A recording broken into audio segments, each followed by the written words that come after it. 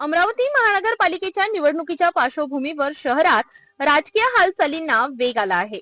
शुक्रवार 26 डिसेंबर रोजी मनपा निवडणुकीसाठी एकूण 568 नामनिर्देशन अर्जांची उचल करण्यात आली. मात्र दुपारी 3 वाजेपर्यंत एकूण 7 मनपा झोन मधून केवळ 8 उमेदवारांनी नामनिर्देशन अर्ज दाखल केले आहेत. झोन क्रमांक 3 अंतर्गत प्रभाग क्रमांक 11 मधून भाजपचे संभाव्य उमेदवार सचिन रमाकांत डाके यांनी आज नामनिर्देशन अर्ज दाखल केला. यावेळी झोन कार्यालयासमोर जोरदार शक्ती प्रदर्शन करण्यात आले. समर्थकांनी भाजपचे झेंडे हातात घेऊन घोषणाबाजी करत परिसर दणानून सोडला. तर झोन क्रमांक 4 मधील प्रभाग क्रमांक 8 मधून सुनीता संजय आठवले आणि संजय हिरामण आठवले यांनी आपले नामनिर्देशन अर्ज दाखल केले आहेत. याशिवाय झोन क्रमांक 5 मधील प्रभाग क्रमांक 17 मधून सुनीता महादेव सावरकर यांनीही उमेदवारी अर्ज दाखल केलाय.